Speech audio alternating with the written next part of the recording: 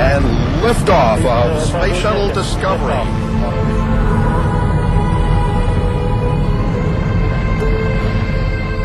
Space. Where better to look for alien craft visiting our planet? In September of 1991, the Space Shuttle Discovery captured an unidentified object on film. What you're seeing now is actual footage shot by NASA cameras from that shuttle mission. Watch the top of your screen. Note the object that moves from right to left. Two mysterious flashes, and it makes an immediate 135-degree turn and accelerates. This is followed by a strange streak of light, which seems to narrowly miss the unknown object. This dramatic footage has been in dispute since it was shot.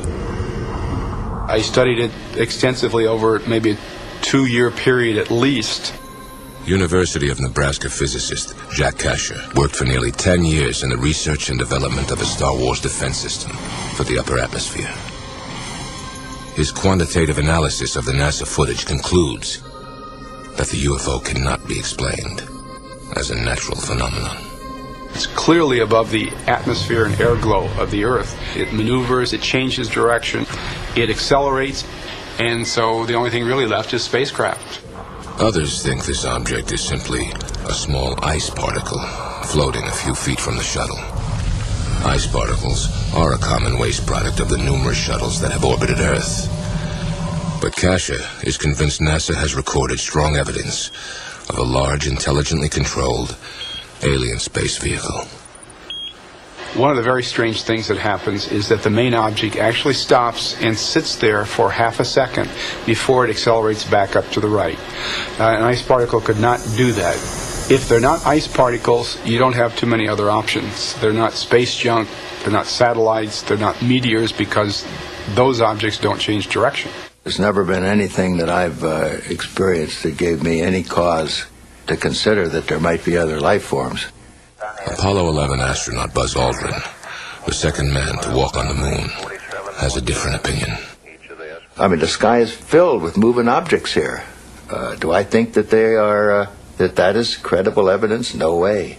You got to have much more confirming it. That doesn't impress me very much. Not every former astronaut is as skeptical.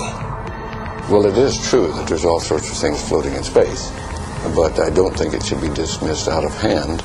We need to take a more careful look at this type of evidence than we might otherwise. Dr. Edgar Mitchell also walked on the moon during the Apollo 14 mission. I'm quite open to looking at evidence and looking at data that purports to speak of an extraterrestrial presence or some sort of space activity we're not familiar with, and analyze it critically. Perhaps we have been visited. To me, I don't see anything in the video that reflects anything about UFO. Research scientist Keith Vaughn studies the upper atmosphere for NASA. He believes the unknown objects are common space debris or waste products, most likely from the shuttle itself. And he has a theory to explain their movement. If you look at the video very carefully, you'll notice there's a flash of light. And that flash of light is probably the thruster engine on one of the shuttles. When you have a thrust effect, the thrusting of the gases move out, and that hits the object and makes the object move also. If you're a skeptic, it's easy to brush off. But if you're open-minded and you see this, there's something weird about it. Dr. Mark Carlotto has 20 years of experience conducting digital image processing for scientific research. These were not videos taken by someone in their backyard. These were taken aboard a U.S. spacecraft, so the integrity of the data cannot be questioned. NASA's explanation is that what we're looking at here are ice particles floating around the shuttle, but when you look at it more carefully, it doesn't make sense. If it was a thruster firing, when the thruster firing occurs, the orientation of the spacecraft should change very slightly. But we don't see any change in the apparent motion of the stars, so that indicates the attitude of the shuttle has not changed from the thruster firing. Dr. Kasher believes the UFO was miles from the shuttle, well out of range from a thruster firing, and that it was moving at an incredible speed. If the object is as close as 10 miles, it went from 0 to 2,500 miles an hour in 1 second. And that's an acceleration of more than 100 Gs, which would kill a human pilot. And the technology we're looking at is just quantum leaps beyond anything we have on the Earth. And what about the mysterious streak of light? Could it have been intentionally directed towards the unknown object? You have a streak that goes through where it had been. One thing that pops into everybody's mind is that this is some kind of a missile or weapon system.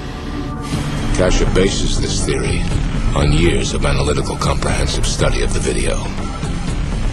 Could the double flash of light be the firing of some kind of sophisticated weapon? And if so, from where was it fired? At the time this event took place, the shuttle was on a course over the west coast of Australia.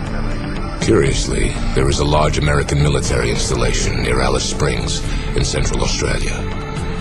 And it's the largest satellite intelligence gathering facility in the world.